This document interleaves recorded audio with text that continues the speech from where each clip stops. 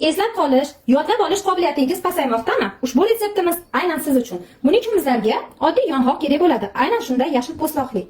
Sarg'ayishga ulgurganlarning tarkibida yod juda oz miqdorda bo'ladi. Iloji boricha yam-yashilini terishga harakat qilinglar. Buning uchun 9-10 dona bizga yong'oq po'stloqlari kerak bo'ladi. Yong'oqni o'zi emas, aynan ustidagi yashil po'stloqlarini ajratib olishdan ishimizni boshlaymiz. Ushbu retseptimiz buqoqning har qanday turida juda samarali foyda beradi. Mana po'stloqlarni ajratib, shunaqa ko'rinishda to'g'rab ham oldik. Tarkibidagi yod miqdori ko'pligidan уже qo'llarim sarg'ayib, mana qaranglar, yod rangiga kiryapti. Endi buni qaynab turgan suv quyamiz, tog'orachaga solib, ustidan 1 litr qaynab turgan suv quyamiz hamda 10 daqiqa qaynatib olamiz. Tindirib sovutganimizdan so'ng, mana hali ham sovimabdi. Bu shunaqa ko'rinishdagi damlama bo'ladi. Bu damlamani bemalol oilaviy ichsak ham bo'ladi. 5 kishilik doza bu.